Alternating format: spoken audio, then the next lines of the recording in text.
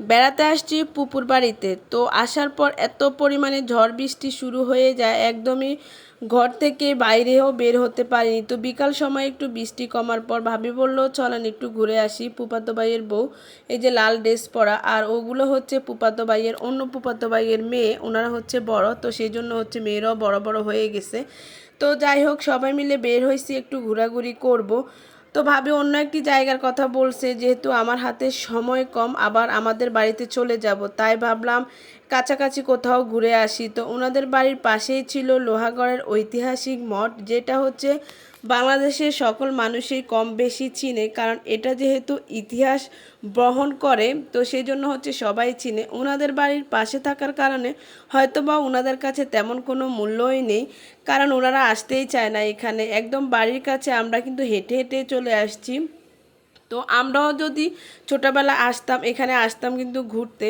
তো এখন ঘুরতে আসছি ঠিকই, কিন্তু হচ্ছে এখানে আসার প্ল্যান ছিল না, যেহেতু হচ্ছে অন্য জায়গায় যেতে পারিনি, তাই ভাবলাম এখান থেকেই ঘুরে যাই।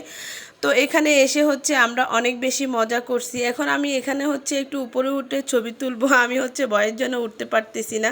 তো আমি ওদেরকে ডাকতেছি আমাকে টেনে তোলার জন্য।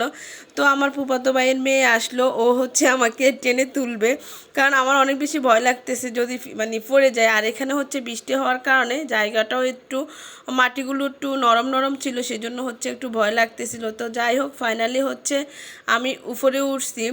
ওঠার পরে এখানে বসে হচ্ছে কিছু ছবি, তারপর হচ্ছে কিছু ভিডিও করে নিছি। আর এদিক দিয়ে দেখেন একটা বাচ্চা, এখানে পাখি আছে, ও হচ্ছে মানে মঠগুলোকে বেয়ে বেয়ে উপরে ওঠার চেষ্টা করতেছে। আমরা ওকে ডাক দিচ্ছি নেমে যাওয়ার জন্য।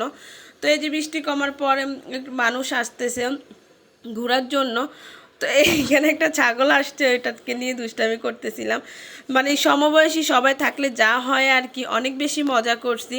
আর অনেকগুলা ভিডিও করছি, কিছু কিছু ভিডিও হয়তো বা আপনাদের সাথে শেয়ার করা হয়েছে, আবার কিছু কিছু ভিডিও শেয়ার করা হয়নি।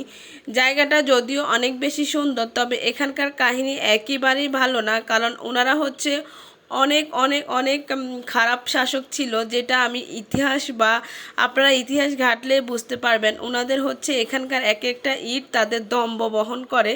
যদিও এখন ওনারা বেছে নেয়, যারা মরে যায় তাদেরকে নিয়ে আসলে বাজে কথা বলাটাও ঠিক না। তবে যেহেতু ওনারা একদমই মানে ইতিহাসের পাতায় লেখা, এটা আসলে নতুন করে বলার কিছু নাই। এটা হচ্ছে তাদের একটা দম্ভ বহনকারী মঠ বলা যায়। তো যাই হোক, আমরা হচ্ছে এখানে আসছি ঘুরতে, তাদের বদনাম নাই করি।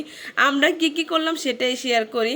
তো এখানে আসার পর পাশে যেহেতু ডাকাতিয়া নদী আছে, তো ভাবলাম নদীর কাছে যেয়ে একটু ছবি তুলি। তো প্রথমে ভাবি গেল, তারপরে ভাবলাম যে আমি যাই। দেখতেছেন এই যে একটু পর পর মানুষ আসতেছে, দূর থেকে মানুষ আসে, কাছের মানুষগুলো দেখতে দেখতে এটাকে এখন হচ্ছে মানে ইট ইট পাথরের একটা মূর্তি মনে হয় তাদের কাছে। তারা অত বেশি আসে না, দূর থেকে আসে যারা হচ্ছে মানে ইতিহাস জানে, তারা হচ্ছে দেখতে আসে আসলে জিনিসটা কেমন। তো আমিও গেলাম নদীর পাড়ে, গিয়ে হচ্ছে ছবি তুললাম, ভিডিও করলাম, পরে চলে আসছি ভাবির সাথে এখানে দুষ্টামি করে কিছু ভিডিও করতেছি। জায়গাটা সুন্দর, আপনারা চাইলে ঘুরে আসতে পারেন। আর যারা তো গেছেন তাদেরকে তো আর বলার কিছু নেই, জায়গা সুন্দর, তাদের ইতিহাস যেমনই হোক না কেন জায়গাটা সুন্দর। আগে হয়তো বা আরও বেশি ভালো ছিল, এখন যতটুকু আছে অতটুকু দেখতে পারেন, ইতিহাস জানতে পারেন। বাচ্চাদেরকে নিয়ে ঘুরে আসেন, বাচ্চারাও ইতিহাস জানুক। তো যাই হোক, এই যে মঠগুলো, এখন 3টা মঠ আছে, আগে অনেকগুলোই ছিল। তো এই যে সবগুলো মঠে দাঁড়িয়ে আছে। বৃষ্টির কারণে ওয়েদারটা খুব ভালো ছিল, আমাদের ঘোরাঘুরি করতে একদমই কষ্ট হয়নি। তো এখন হচ্ছে আমরা বাসায় চলে যাব। তো চলার পথে দেখতেছি মাইক্রো নিয়ে মানুষ ঘুরতে আসতেছে।